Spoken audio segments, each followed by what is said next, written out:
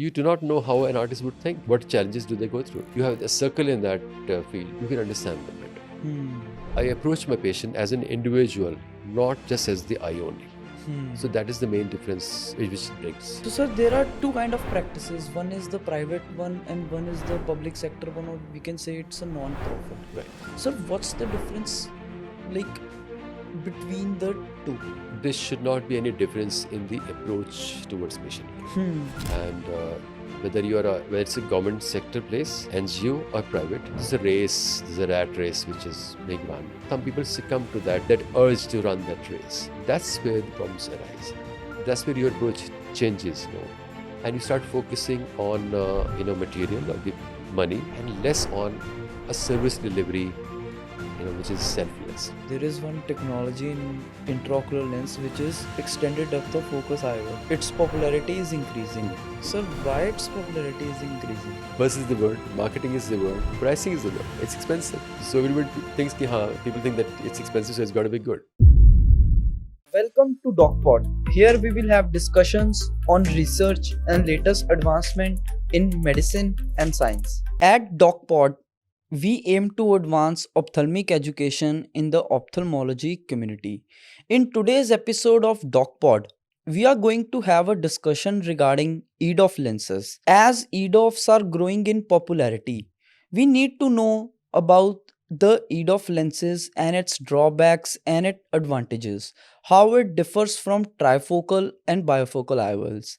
In second part of our discussion would be related to research and development happening in India and what is the future of ophthalmology industry in India. And the third part of our discussion would be a challenges a doctor faces in his ophthalmology career. So in today's episode of DocPod, we have invited Dr. Sanjay Dhawan, who is CEO of Indira Gandhi Eye Hospitals, and he was earlier an ophthalmology director and medical director for Max Healthcare. So let's welcome him. First of all, Dr. Sanjay Dhawan, thank you for accepting my invitation to come on this podcast. Sir, आज हम we will be going to talk about your life, then something about healthcare in India, then some information about patients who are having cataract. So, sir, thank you so much for coming on the show. Thank you so much for inviting me on your show. Sir, my first question is, ki sir, like there is a option like when we are growing up, everybody wants to become something. Sir, you chose ophthalmology as a career. Sir, just brief me about your journey in ophthalmology. So medicine was a choice. Ophthalmology was, I would say, chance happening. I would not say accident, but a chance happening. Mhm. And when I was born with the club feet. My feet were turned inside, Mhm. and I could not walk at the age which normally kids would walk. And I was in plaster. My legs were in plaster for 4 years. I started walking at the age of 4 years, whereas normal child would walk at the age of 1 year. Mhm. And that took me to the hospitals again and again. Like my parents would take me to the hospital for plaster, for changing the plaster, for taking care of me. So I think at that tender age, I got exposed to the hospital environment, to the doctors, and probably the doctor, that created image of a superhero image in my mind, or a Hmm. godly image in my mind. Probably that influenced me Hmm. to take a medicine as a career. Also, a thought which came little later in my mind, a conscious thought that I should pay back in some form or the other. So medicine was a choice. Hmm. But initially, after when I joined medicine, my aim was to take up general surgery and to take up neurosurgery after that. Hmm. Somehow, when I finished my MBBS and I took the PG entrance exam, I could not clear it with good marks. And while working in my residency, I saw that my fine surgical hand was very, very good. Hmm. So one of my professors, he suggested, why don't you try out specialties which require microsurgery, fine surgery? Hmm. I thought, okay, fine, it makes sense. So I took up a diploma in ophthalmology Hmm. with an idea I'll try it out for some time. If I like it, I'll continue. Else, I'll switch over to something else. So I joined DO Ophthalmology in the end of '89 at Guru Nanak Eye Center In for, Delhi. in Delhi. Yes. First 1 month was very confusing. I knew nothing about ophthalmology. I had no interest in it, so I was kind of totally lost. But second month onwards, when I started operating Hmm. and when I saw my results, I was absolutely, you know, excited, satisfied, enthralled, Hmm. and I decided to go on ahead with ophthalmology. So I finished my DO in ophthalmology. Alongside it, prepared for PG entrance again, took that exam again, and joined MS ophthalmology. Hmm. Finished MS ophthalmology, got a gold medal from the university, which was given after 10 years of big lacuna. Hmm. And so here I am. Yes. And it became a passion that, okay, fine, nothing else but ophthalmology Yeah, so only. sir, that passion turned into profession, and Yeah. it's just a long career of yours, like 35 years in ophthalmology. Yes. So sir, with this 35 years, sir, there must be some career challenges, like कुछ sir moments आते होंगे time में, then when you think कि I don't want to do it, or I don't want to continue it, something, or mental pressure you can say. Sir, does this kind of a thing happen with you? So it's never happened that I do not want to do ophthalmology. Huh. It may have so happened that maybe the place where I was working, it became sort of stagnant. I wanted to switch places, switch roles, but never did a thought cross my mind. I don't want to do ophthalmology. Hmm. That's never happened. I've always been Hmm. very happy and satisfied with the subject, with the branch, with the stream. Hmm. But yes, there have been times where I have switched places of work Hmm. because after a certain point, a place becomes saturated, you become stagnant, and if you want change, if you want further growth, you need to change place of work to achieve that. Hmm. So I have changed places in my career, and 5 6 times or so. Sometimes it has been bad call, bad choices made, but other times they've been all positive calls, Hmm. which is a part of thing. When you change something, there's always a risk of making a wrong decision, and there's also a chance of high probability of making good decision too. Hmm. So which I've done that. So, sir, you joined Max Healthcare in 2001. Yeah. So, sir, you were a medical director and CEO for that part of Max No, I Healthcare was I industry. was head of the department for ophthalmology only, Okay. and as a principal director of ophthalmology when I Hmm. finished my term at Max, Hmm. Hmm. and I was looking after the department of ophthalmology only. Okay. Yeah. So, sir, like apart ophthalmology, you must have like hobbies or different interests. Oh well, that list is endless. That list is endless. And I always say that everyone should have a profession which is gratifying, which is paying well, which gives you stability, which gives security, which is such that it gives you reason to slog through it. Hmm. But uh, sometimes passion can get monotonous and it can lead to burnout. To prevent that from happening, you need to have passions in life. Hmm. Profession, you can have only one. The very few people who have multiple professions, and but mostly, vast majority of us have got only one profession, which is fruitful, which is gratifying too. So, but passion is something you can have many, and Hmm. you could keep switching from one to the other. And passions are required to keep your life interesting, keep your life enjoyable, keep your profession also going. Hmm. I say that I compare it. Say, if you want to run an automobile, you need fuel to Right. run that, say, car or a motorbike.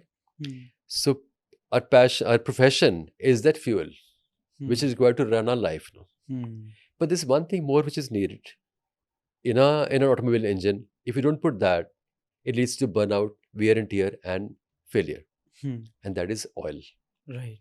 Hmm. Similarly, in your life, you need passions, and they work like a oil, like a lubricant, which keeps the machinery running smoothly Hmm. without causing much of wear and tear, heat, and breakdown. Hmm. So you need a lot of fuel, but you need some amount of oils. That's how you need a lot of, you need to spend more time on your profession, but you do need to spend a significant time in your passions also, Passions also. so that your machinery keeps running smoothly. Hmm. So that's a very good observation. Like Yes. you can see a machine and you can think of like a philosophical thing out of it. It is Yes. very good, sir. Yes. Because see, if you see, there are a lot of people who have a burnout in their career Hmm. because they focus only on profession. Hmm. They do not follow any passions alongside. Hmm. And they feel guilty of taking time out of profession and following the passion, or they think they lose out on the profession part or lose out on the money part if they were to follow their passions. Hmm.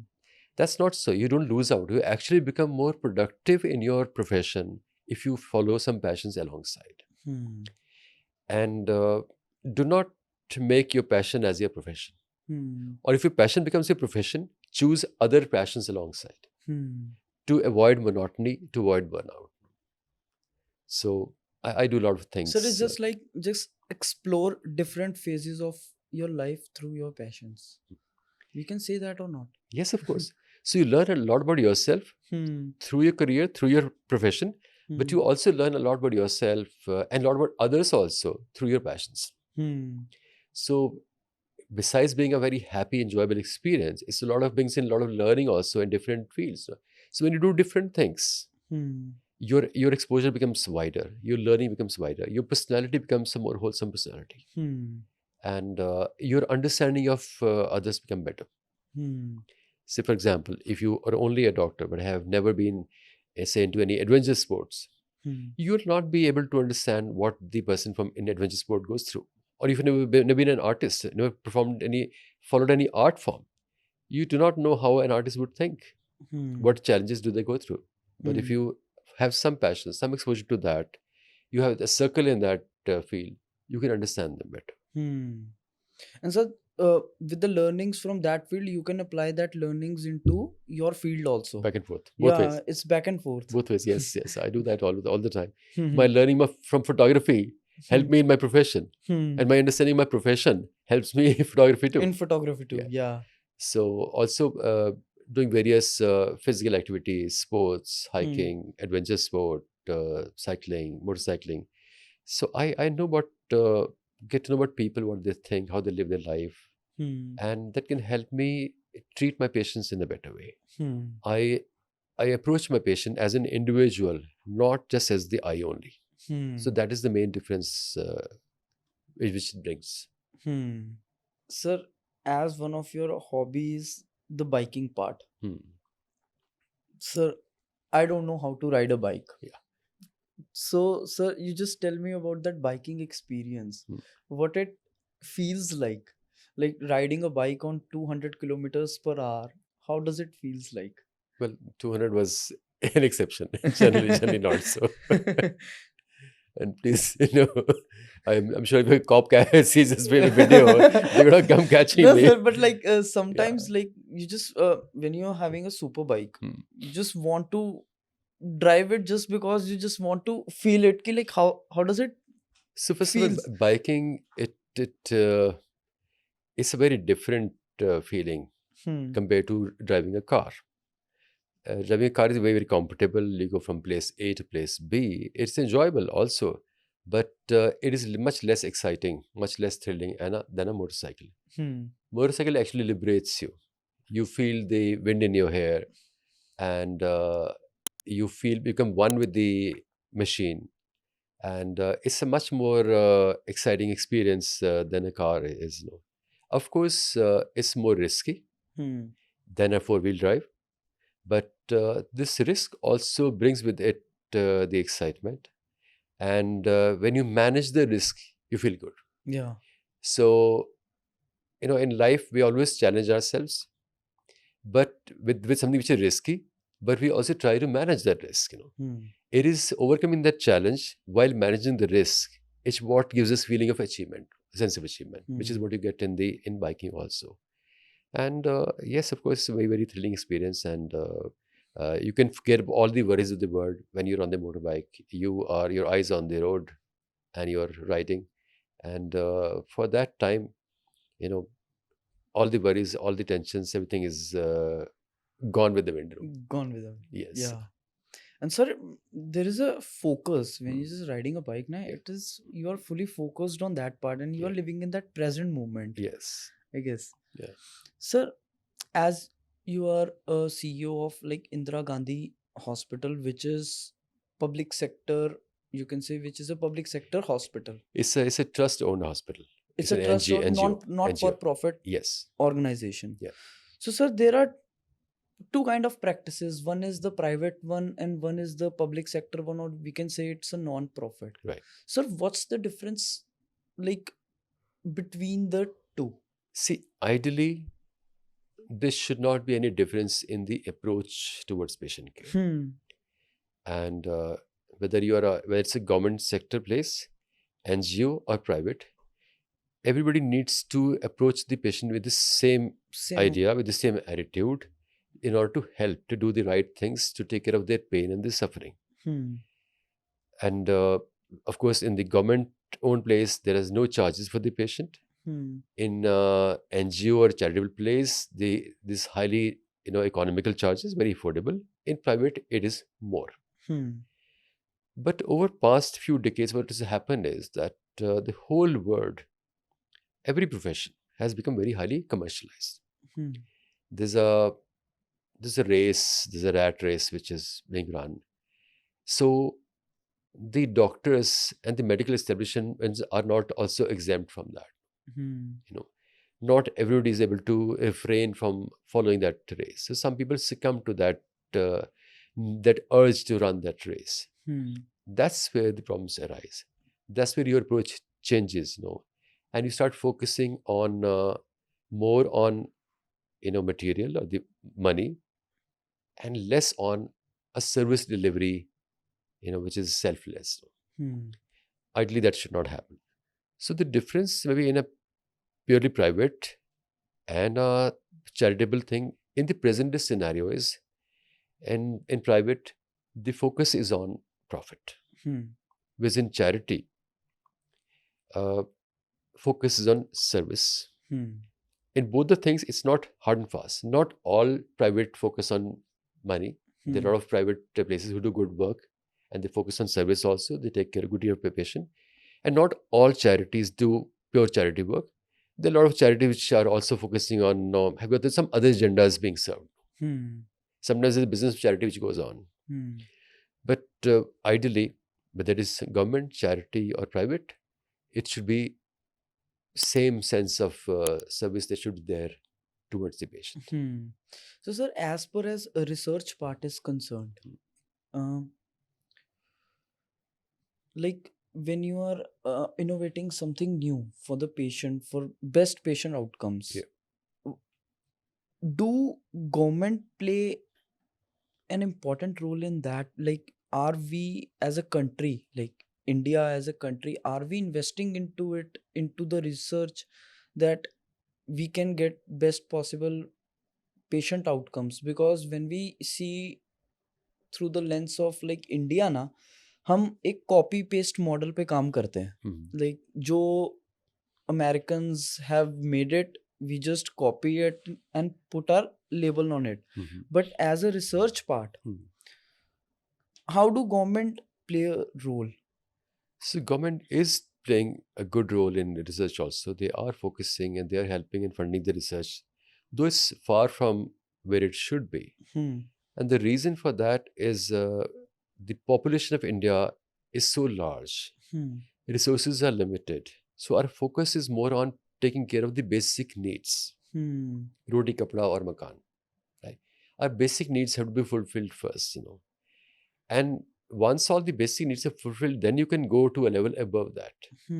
So I would say that there's nothing wrong in copy pasting, because if somebody is developing something, doing nice, and you use that to provide good service to your patients and your masses, there's nothing wrong in that.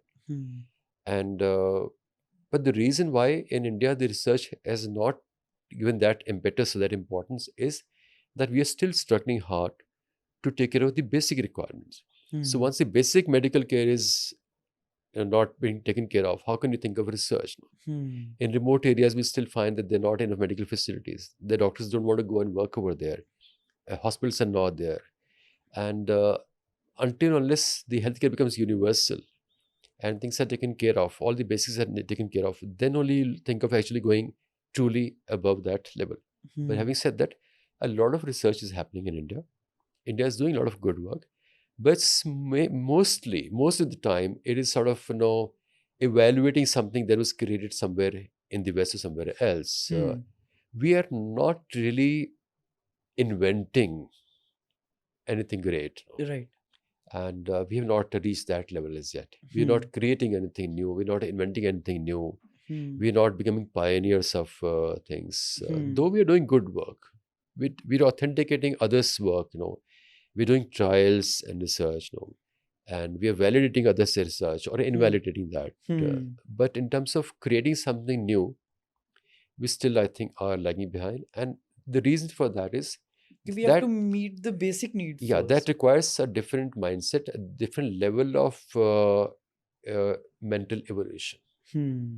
Suppose say today, as a clinician or as a researcher, if I'm not feeling secure in my place of work, in my life, if I don't have security for today and for tomorrow, Hmm. how can I think of my focus will be to make sure, okay, fine, my place is secured first. I get Yeah. money at the end of the day to run my family and all. Hmm. But if all that is sorted out and I have the security for today and for tomorrow, then my mind will be free to think beyond that, Hmm.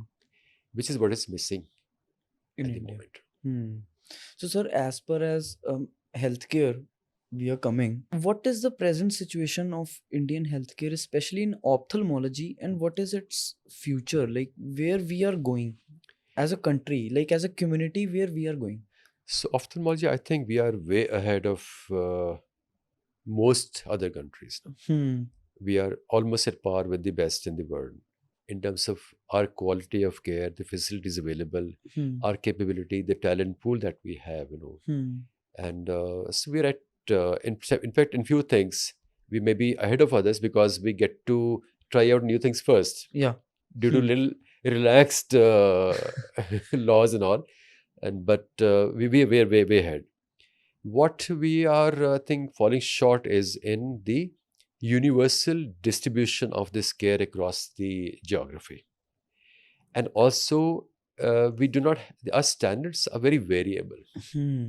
The standards of our education, our training and experience, the standards of the facilities available across various places, there's no like uniformity with it. There's so diversity. Hmm. We got medical colleges where the education is standards are really very far below expected, Hmm. and there are others where we are they well at par with the West. Hmm. So that variation in training is there. As a result of which, a lot of people who do their post graduation in ophthalmology, MS and MD, even after finishing that, they have to do various training courses at various other places before they come at par with the what is expected. Uh, Similarly, in terms of facilities available, there's no uniformity. Hmm. So that's where we are lagging behind. Hmm. But otherwise, on the whole, we are doing quite well. Okay. And sir, where we are like moving forward, like what will be the situation in upcoming like 5 to 10 years, like in ophthalmology, Yeah. like अब जैसे we are having 20,000 ophthalmologists in India, but as research says कि there must be a one doctor for every 150 patients. Mhm. So sir, as per as this numbers are concerned, like we need around like 70 to 80,000 ophthalmologists in our country. Like how we are going towards that. So we are moving in the direction very well. And these standards defined by the West do not necessarily apply here in India. Hmm. So when they say one ophthalmologist for say X number of population, see there the ophthalmologists are paid much more, Hmm. and so it's a different arithmetic that works in the West. A different thing works in India. So here one doctor is actually caring to a lot bigger population, and there's nothing wrong with that part. They're doing a Hmm. fairly good job. So, but yes, we are moving in that direction, and we have enough ophthalmologists available. Enough are being, trained every day coming out. No, Hmm. so I think we're not too bad, and we're doing good job of that. As per a healthcare professional, what steps should a ophthalmologist should take to bring value to their practice and improving the patient outcomes? So there are a few aspects of this. One is the purely the scientific or the technical aspect. That is, you need to have that expertise and experience to be able to diagnose Hmm. accurately and treat the patient properly. So that's where your learning, your training, your upgradation of your skills, your acquisition of new skills, keeping pace with the recent developments in the science of ophthalmology, that's required. And most ophthalmologists are able to take care of that part. Hmm. The other aspect is, the human aspect, and which is where the difference is much bigger. Hmm. You have to, one has to be fully aware that we are following a profession which is taken as a noble profession. Hmm. And at one point of time, doctors were treated as gods, though it's not so anymore. But one of the reasons for that is that we have uh, given up the old traditional values of this profession and started following it like any other commercial venture. We have joined the rat race, and we're Hmm. trying to beat others in that race, Hmm. compromising on our own initial values, Hmm. which is what I think where we need to kind of introspect and see that how do we need to proceed. I think that this is one profession which should still remain untouched by uh, the way other professions are being practiced. Hmm. We still need to maintain that those values. We need to follow ethics. We need to follow our Hippocratic oath that we took when we finished our medical education. Hmm. And we need to treat every patient as an individual, Hmm. not just as a customer. Hmm. And we need to treat them with compassion, with ethics, with the feelings, and should not blindly follow the path of commerce. Hmm. And I don't want to say that we have to be charitable, because after all we need to earn a decent living. Yeah. We have to make money. Nothing wrong with that part. But even when you work ethically, honestly, and above board and do the right things in the right way, you can still make a Money. decent amount of money. Hmm. You may not become filthy rich, but you will still be able to lead a very comfortable, respectable life, which is what is needed. You do not need to be filthy rich to be happy. Hmm. In fact, when you're filthy rich, you're not happy. It is very, very counterproductive. Hmm. But sometimes people get caught in that trap, in that vicious cycle where they want to earn money and they still don't feel happy. They earn more money and they still don't feel happy. Hmm. They just blindly start chasing money for the sake of money itself. Hmm. So that's where you can add value. So I say that the compassionate and or a charitable approach is not should be targeted at the poor patients only. Hmm. Everyone deserves an ethical doctor, a compassionate doctor. If somebody can afford to pay fee, yes, you charge a fee, but don't rip them apart. Hmm. So that's how I say that you can actually add value to your practice. Sir, as per nowadays, sir, artificial intelligence is the buzzword. Hmm. Sir, in healthcare, like many different many different sectors are adopting that kind of a technology, Yeah. and in healthcare it is also entering. Hmm. Sir, what's your take on that, on artificial intelligence? Well, Will it improve patient outcomes? where there's a paucity of natural thing, you need to supplement it with artificial one. Hmm. Jokes aside, uh, I can't say what is going to be the future, but as you rightly said, that is a buzzword. And when there's a buzz, everyone starts talking about that thing. Hmm. It's a very human tendency, because nobody wants to be left out. Hmm. They all want to sound intelligent and be up to date and with the current. Uh, in terms of technology, what I say is that neither be the first nor be the last to follow or adopt anything new, Hmm.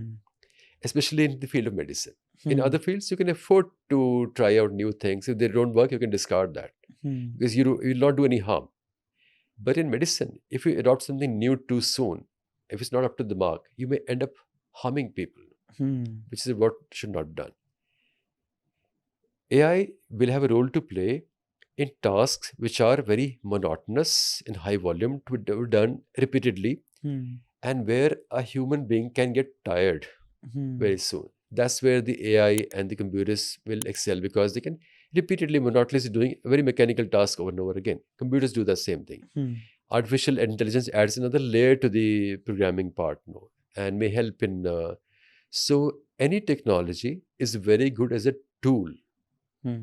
Very good as a servant, but may not be very great as a master.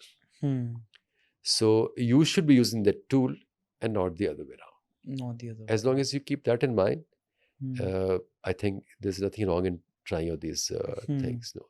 So at present, the way it's moving, I hope that in future it should be helpful. It should be a good tool to use, but it should remain a tool. But as you, the conclusion is कि sir पहले कि you should wait and let it work, and if see कि ये चीज काम आएगी, then you should adopt it. Yes, you see that, whether it's useful or not, whether it's helping without causing any harm. See these things being tested on the ground on a day-to-day basis, sufficiently long enough time. Then you adopt that. 10 new technologies come into the market. 8, 9 of them don't really work, and they fizzle out after a year or two is existing. But 1 out of those 10 may be actually very good breakthrough, useful. You should adopt that. You should accept that. Sir, like this only, there is one technology in intraocular lens which is extended depth of focus IOL. Yeah. It is growing, like its popularity is increasing. Sir, why its popularity is increasing? Buzz is the word. Right? Buzz is the word. Marketing is the word. Pricing is the word. It's expensive. So everybody thinks people think that it's expensive, so it's got to be good. EDOF lens, also called the extended depth of field or extended depth of focus lenses, have got some advantages, but they also have got some disadvantages. What it does is that it basically extends the focal length into a linear line, thereby giving a good depth of field of vision from intermediate to far, and which minimizes the dependence on glasses. So that is again is a positive side. But what it loses out on the other hand is the contrast. If the same optical area, the light from the light bundle is not being focused at one point but is extended to a line, there'll be loss of contrast, which nobody talks about, nobody understands, not many people understand. So there are pluses and there are minuses. So depending on the need of the patient, the lifestyle of the patient, it may be useful, it may not be useful. We also have got multifocal or trifocal lenses, which split the foci into 3 different regions. And they almost eliminate the need for glasses generally, but they severely compromise on the contrast part. But so for people, say for me, if I have to ride a motorbike, if I have to ride a super bike, I need that contrast. I need that sharp far vision. I need that contrast, because if it's misty, if it's raining, if suppose that it's a very, very hot surface on the road, and if the air, it's showing that mirage kind of a thing, I need to be able to see things clearly, and my reaction times need to be shortened. So I need that contrast. I need that contrast in poor lighting condition. I need that contrast in fog and in rain. And if that contrast is slightly compromised, my reaction time will be delayed. And that delayed reaction time can at times mean the difference of life and death. Yeah, right.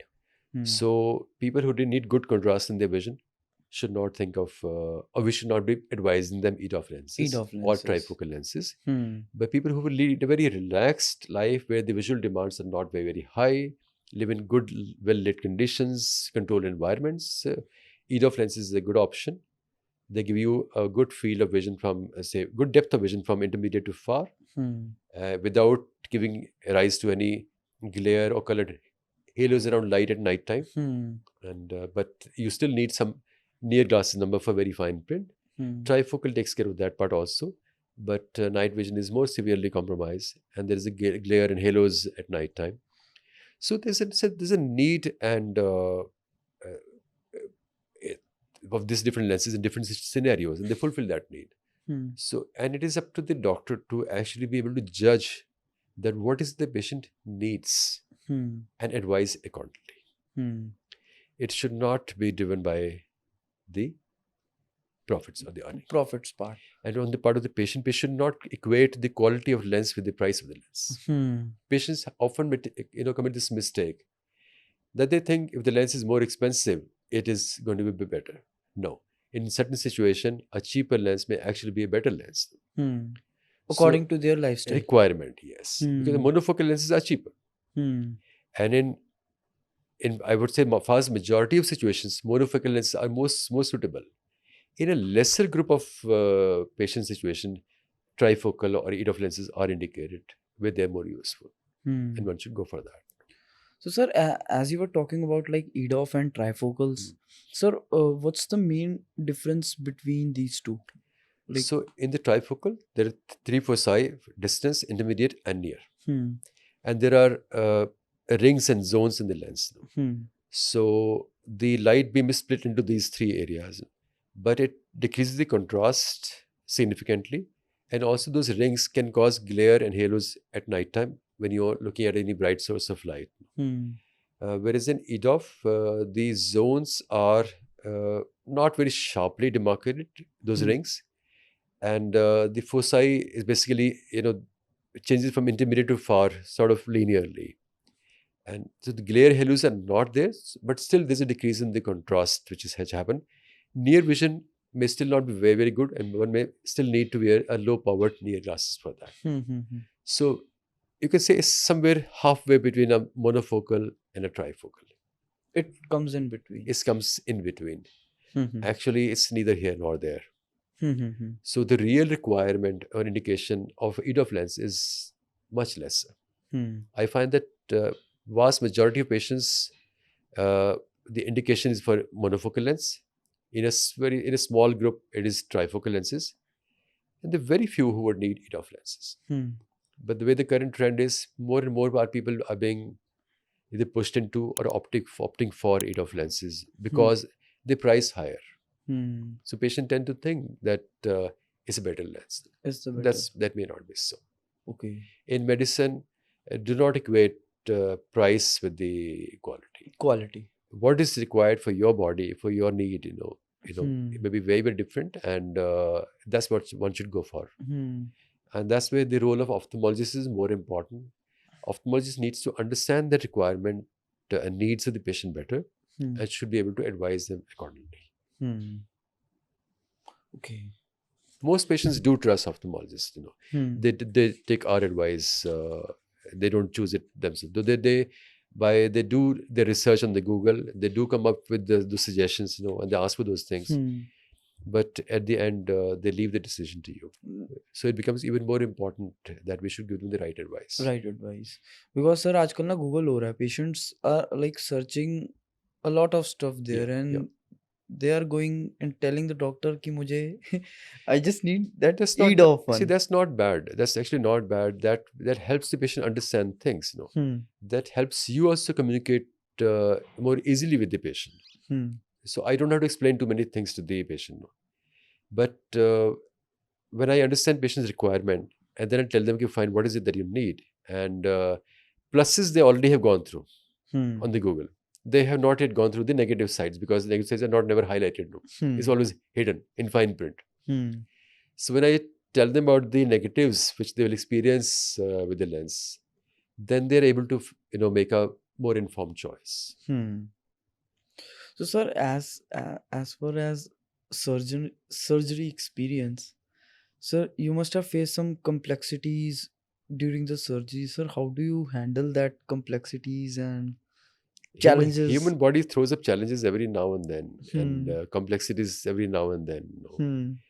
And I really, I want to stay away from complexities. I do not want them to be challenges and all. But of course, when you face with challenge, you have to deal with that part. And by God's grace, I've had gratifying results there too. But as far as human eye is concerned, I want it to remain simple. I want to give good results to the patient. I don't want to get thrills in the surgery. I want my thrills outside of the OT, outside of the hospital, in other passions that I follow. So I want to have my thrill there. I would rather get excitement and thrill out of hiking or after running or riding motorbike and all. I don't want thrills in the surgery. I want straightforward, good results for the patient. No. But yes, there are always challenging situations that there. Human body, human eye is complex thing. There are various different kinds of diseases which pose up complexities, and we have to deal with that accordingly. And uh, my my gratification comes from the final result that I give to the patient. There are surgeons who get excited by the way do the surgery, how difficult surgery they have performed, how complicated things they performed. No, that does not give me gratification. Yes, I have faced a difficulty, I've overcome that. No, I'm more concerned about what is the final outcome for the patient. Did I give the good results to the patient? Was the patient happy and satisfied with the result or not? That's what my aim is. No? EMS. So in medicine, I am more concerned about the destination, not by the process. Process, of course, I'm able to go through. I enjoy the process outside of medicine. Of course, the process, and I want to make the process also very, very comfortable for the patient. So, sir, you were ophthalmology and medical director for Max Healthcare. Yeah. Now you're working as a CEO for Indira Gandhi Hospital. Yes. So, sir, this is a leadership position. Yeah. Sir, what's the best leadership lesson you have learned in your experience? So I think, well, there's always too much of an emphasis on leader in the present day scenario, and people don't really talk about followership. I think a good leader needs good followers too. Yeah. That's important. But most important part for the leader is to be able to motivate people and to be able to help people achieve their goals, achieve their objectives. So I consider myself a catalyst. I prefer the term catalyst over leader.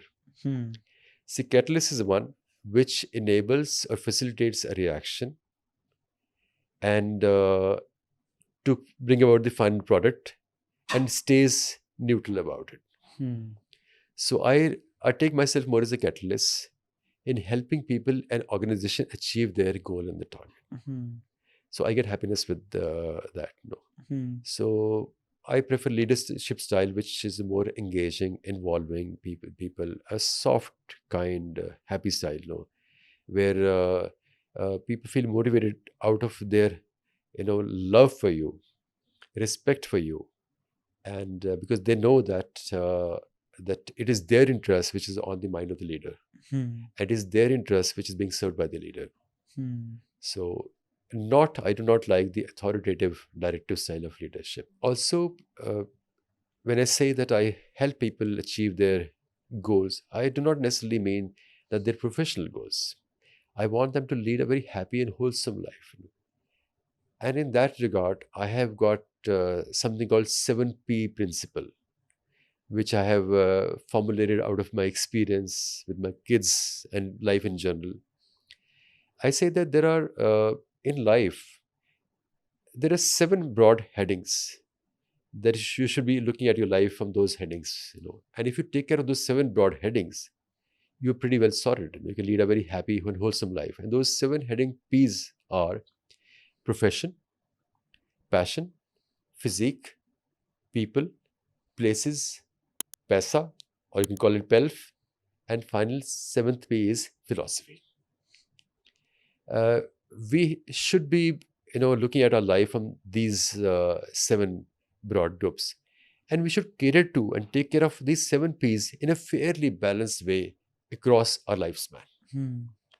So it's important to, have a good profession, or you follow your profession with complete commitment. Profession is something that you have to be fully involved in. You have to be 24/7 into it. Not necessarily physically, but mentally so.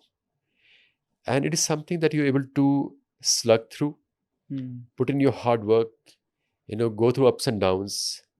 And this is what actually drives your life, the fuel for your life. But alongside this P, you also need other P's, the passion, for example. Passions are your hobbies. Profession keeps you sane. Passions drive you crazy. Yeah. Something they can follow crazily, which gives you happiness and excitement and thrill, which brings this child out Out in of you. you. Out of you. Yeah. It's required to follow those passions, even for the sake of your profession. It keeps you interested in your profession, prevents burnout. Then physique. Our happiness and pursuit of life depends on your physical and mental health. You must adequately allot resources for your physical fitness, for your mental health, in terms of time and money. Don't think that if you're spending 2 hours taking care of your health, you're taking the time out from your profession, you're losing out on things. No. Imagine if you were to convert money into health, you cannot do so. People who have got a lot of money, but they have poor, they spend money, but they cannot gain that health back. So invest in your physical and mental fitness in terms of the effort, time, and money. If you're not healthy, you cannot be happy. You cannot enjoy your life. So take care of your physical health and your mental health. Fourth P is people.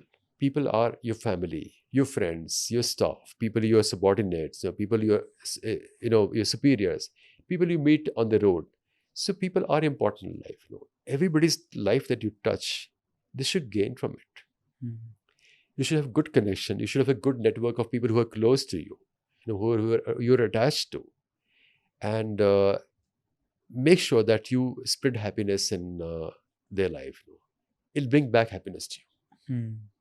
You cannot be happy yourself if people around you are not happy. If you do not have deep connections with people, you cannot be happy and satisfied. Yes, you can be a loner. Even I am a loner at times. But so though I do need alone time, I'm happy with myself. But I need time with people as well. I need to have good connection with people as well. I need to at all times know, fine, I've got friends, I've got family, I'm close to some people. So that if I turn to somebody, I'll be received in a good way. So you need to take care of people. Then places. Every place has got its energy, and you need to be conscious of that. Where you're working, you need to take care of that place. Your workstation should reflect you. When you go and sit at your workstation, you should automatically get into the mode of working. Right? It should bring about a calmness in your mind. Your home should give you peace and happiness. Your bed should give you a restful sleep. That chair in the corner where you want to sit and have a sip of your coffee or read a book, should bring about that, quietness in your head. You should go and explore different places outside. This world is such a beautiful place. There are different places on this earth. There are mountains, there are valleys, there are rivers, there is sea, there are beaches. Every place is enjoyable. You should visit different places. You should explore those places. You should actually imbibe things from those places and get the energy from there. And it brings about happiness. Sometimes you may just sit and close your eyes and go back to your past vacation, and just think about that. You'll feel happy. Yeah. So the experience a place brings happiness with it. And I always say differentiate, something called material happiness and experiential happiness. Material happiness is very short-lived. You buy a new car, buy a new motorbike, buy a new possession, you'll feel happy. Of course, that happiness will last a couple of weeks, a month, and then it's gone. So it's sometimes days. Sometimes days, and it's gone. I'm saying for the sake of to err on the good side, let us say a month. But the happiness which you got through experiencing something great, you may relive that happiness over and over again. You went somewhere, you climbed say, a high mountain, and you can relive that experience in your head over and over again. And each time you think about that experience, you feel happy about that. So there are scientific studies which have proven that experiential happiness is better and lasts longer than material happiness. The next piece in terms is paisa. We all need money. We all need money to be happy. We all need money to cater to the basic needs of life. So as your wealth and money grows, the happiness grows. But then there comes a point when it starts plateauing out. That any additional wealth does not bring you any additional happiness. And then there comes a point where it starts dipping. That if any further increase in wealth actually takes away from your happiness. How and why? Because to accumulate that degree of wealth, you have to work very, very hard. Or you have to do things that you may not want to do.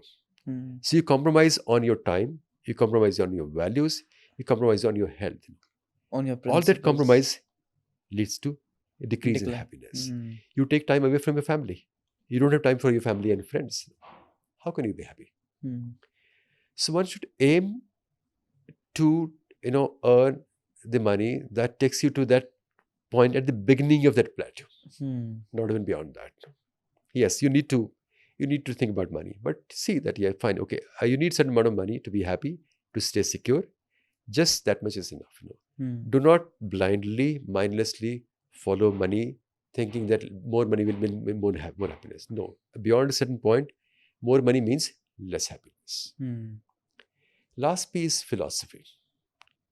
And if you're just, going through this life without an ultimate purpose, we may achieve everything, but we may end up feeling very sad towards the end of our life. So we should have some philosophical goal in our life, some mission, some vision. We should have a mission statement for ourselves that we should follow. Because it should not happen that you've done everything right in life, but towards the end of your life, in your golden years, you may have a regret. What have I done? I've not really added any value to this world. No. So add some value to this world and seek about a purpose, try to fulfill that purpose. No. So you're the best person to decide what is the purpose of your life. So have a goal, have a purpose of your life and try to serve that purpose. So that is the seventh P, which may actually come a little later in life, but which is equally, and I would say actually the most important P in life is the philosophy. After all, what are we living for? We were not brought on this earth just to grow, enjoy and die. No. There was some purpose for our existence. No. So we need to find that purpose or define that purpose for ourselves and try to fulfill that purpose. That's the 7. So these are the 7 P's.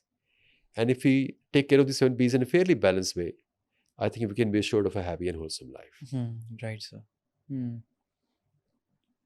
Sir, let's come to this point. Basically, sir, it is related to patients and ophthalmologists. Sir, there are two kinds of things. Like there are imported brands and there are Indian brands. Sir, as a doctor or as an ophthalmologist or as a patient, why don't I have that much trust in an Indian brand than a imported one? So I would say that it's more a question of quality, perceived quality. If you go, say, a few decades ago, I would say that imported brands were actually qualitatively far superior compared to the Indian brands. That difference has now virtually become minimal or gone. Or there are things, there are products, there are places where the Indian brands are actually better than foreign brands also. So things have changed. But from my point of view, it's more to do with the quality, or say quality in my perception, or perceived quality, or patients' perceived quality, less to do with the stamp of being imported or being Indian. Indian brands are doing very well, very good job nowadays. And people are also becoming more and aware of it. That they're happy to get rid of the things that are made in India. But it's all about quality, not about the brand per se. But yes, some imported brands, you can be comfortable, you can be rest assured their quality is good. So it's basically to cater to the quality and not to the brand. And some products are not available in India with Indian brands. So there we have to go with the imported brands. Some of the equipment, you'll find that still the difference is huge. Not that in India we cannot make good equipment, but good equipment, high quality equipment becomes very, very expensive to manufacture. Price goes high and then becomes at par with the Western world. So then the Indian manufacturers are not manufacturing that high quality of equipment because it becomes expensive, and then there's not many buyers for that. No. So because then if people are spending a lot of money, they tend to go towards with the foreign brand because they're assured of the quality and the services. So it's all to do with the perceived quality of the product and the services. Sir, as per as Indian doctors and Indian manufacturers, I want to start this dialogue.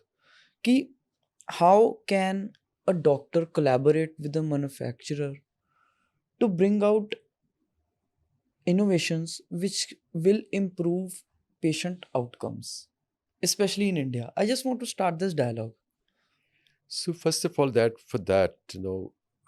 one needs to have that thought process and a mutual comfort and mutual trust between the doctors and the manufacturers that we need to give good quality product to the patient, or a good service thing to the patient, or a good equipment which can enhance the results. And we need to work together on that, keeping all the other interests aside. So we'll have to actually park all the commercial interests on one side and focus purely on quality and the outcomes. Once we achieve that objective, once we achieve that state of mind, I think things can start falling in place. So then the physicians and the manufacturers have to work like partners in the product development or the service development.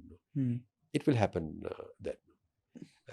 But that requires that degree of mental evolution on both the sides, the manufacturer and the physician. So we have to keep that commercial side a little bit on the On downer the side. Yes. You have to, so you have to rise above that level. And for that, both the physician and the manufacturer have to be fairly satisfied. If your stomach, if you're hungry, you just need food. Right? You cannot think of anything else. You need food and you need to eat it yourself. Then you want to, after that, you can think of anybody else. So that hunger for money should be satisfied. And that, then one can go beyond that. And hunger for money does not get satisfied with more money. Hunger for money gets satisfied with, the money that you need, and that conscious thought process that is enough. That we actually do not need more than that, and my hunger is satisfied, and now I need to think beyond food, beyond money. Right. Yeah. Sir, thank you so much for being on the podcast. It was my honor to have a conversation with you. Thank you so much for inviting me. It was my pleasure and my honor also to be here and to talk to you. Thank you so much, sir. Thank you so much.